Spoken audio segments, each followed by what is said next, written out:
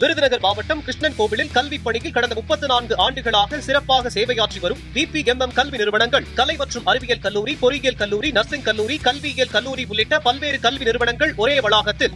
News 7 Tamil செய்தி எதிரொலியாக குவைத்தில் வீட்டு வேலைக்கு சென்று சிக்கிக்கொண்ட சுமதி என்ற பெண் மீட்கப்பட்டு தாயகம் வந்தடைந்தார். இதுகுறித்த கூடுதல் விவரங்களை நமது செய்தியாளர் ஹரிகிருஷ்ணன் வழங்க கேட்கலாம். வணக்கம் ஹரிகிருஷ்ணன், இதுக்கு தொடர்பான விவரங்கள் என்ன? நியூஸ் 7 தமிழ் செய்தி எதிரொலியாக குவைத்தில் வீட்டு வேலைக்கு சென்று சிக்கிக்கொண்ட சுமதி என்ற பெண் மீட்கப்பட்டு தாயகம் வந்தடைந்திருக்கிறார். இந்திய தூதரகம், வெளிநாடு வாழ் தமிழர் நல அறக்கட்டளை மற்றும் நியூஸ் 7 தமிழுக்கு வீடியோ வாயிலாக அவர் நன்றி தெரிவித்திருக்கிறார்.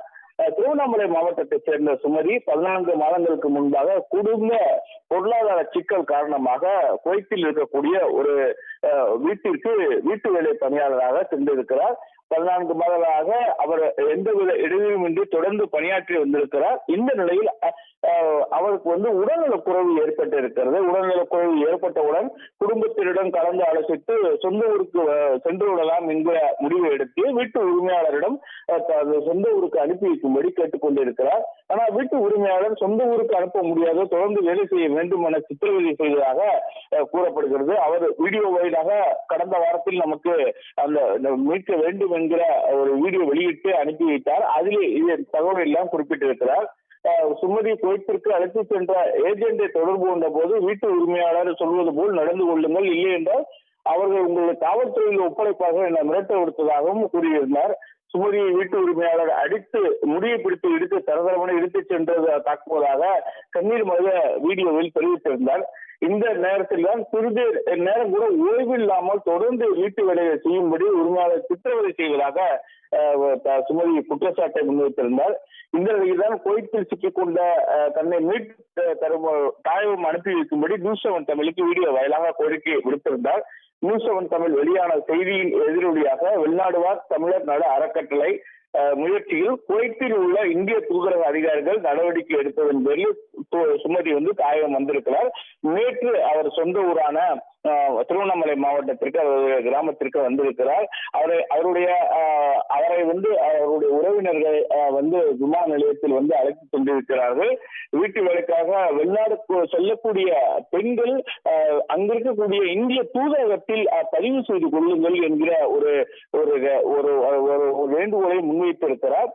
தொடர்ந்து பல்வேறு சித்திரவதைகளுக்கு உள்ளானதாகவும் தொடர்ந்து என்னை மீட்டு எனது குடும்பத்தினருடன் சேர்த்து வைத்த இந்திய தூதரகம் மற்றும் வெளிநாடு வாழ் தமிழர் அறக்கட்டளை மற்றும் நியூஸ் 7 தமிழுக்கு நன்றி தெரிவிப்பதாக அவர் தெரிவித்திருக்கிறார்.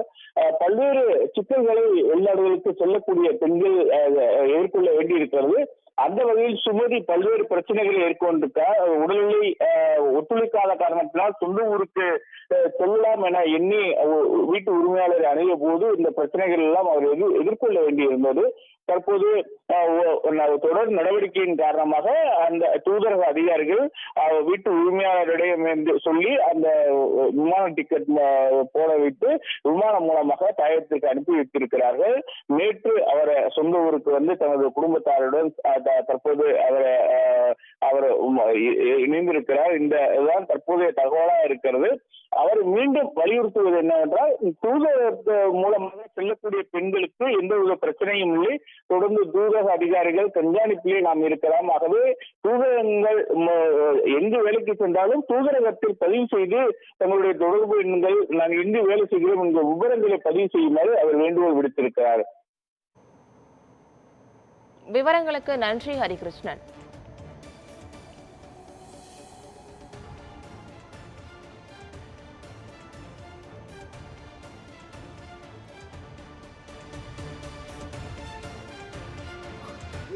வணக்கம், என் பேர் சுமதி, எங்கள் வீட்டுக்காரர் பேர் தசரதன்.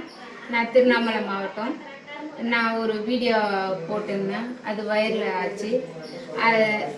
நான் குவைத்துக்கு போயிருந்தேன்.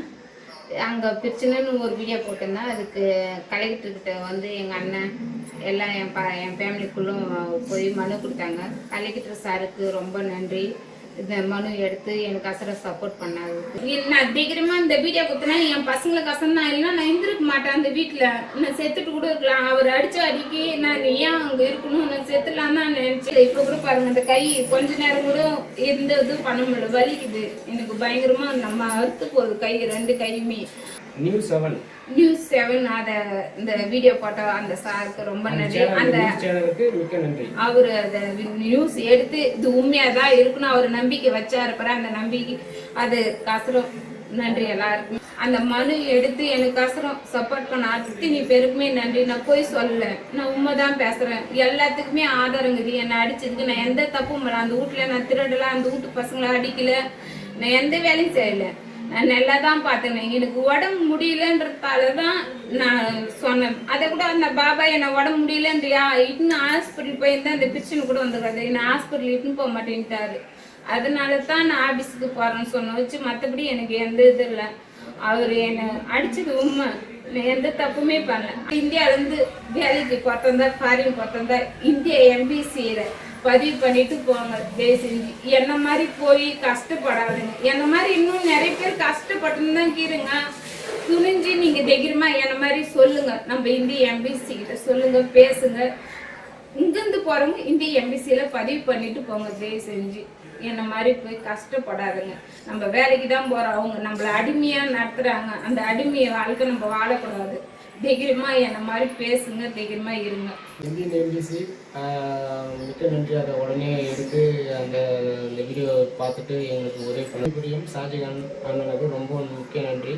அவர் முன்னிருந்து எல்லாத்தையும் எடுத்து செஞ்சதுக்காக மிக்க நன்றி. எல்லாருக்கும் நான் இந்த சோசியல் மீடியா வைரலாக பண்ணி எல்லாரும் காப்பாற்றுன்னு சொல்லிட்டு நல்ல உள்ளவங்களுக்கு மிக்க நன்றி. இந்த பிரச்சனையிலேருந்து வெளியேற்ற கொடுத்த அனைத்து பேருக்கும் மிக்க நன்றி. நல்லபடியாக எங்கள் வீட்டுக்கு வந்து சேர்ந்துட்டாங்க. வெளிநாட்டில் வாழும் தமிழர்கள் நல சங்கம் அவங்களுக்கு மிக்க நன்றி.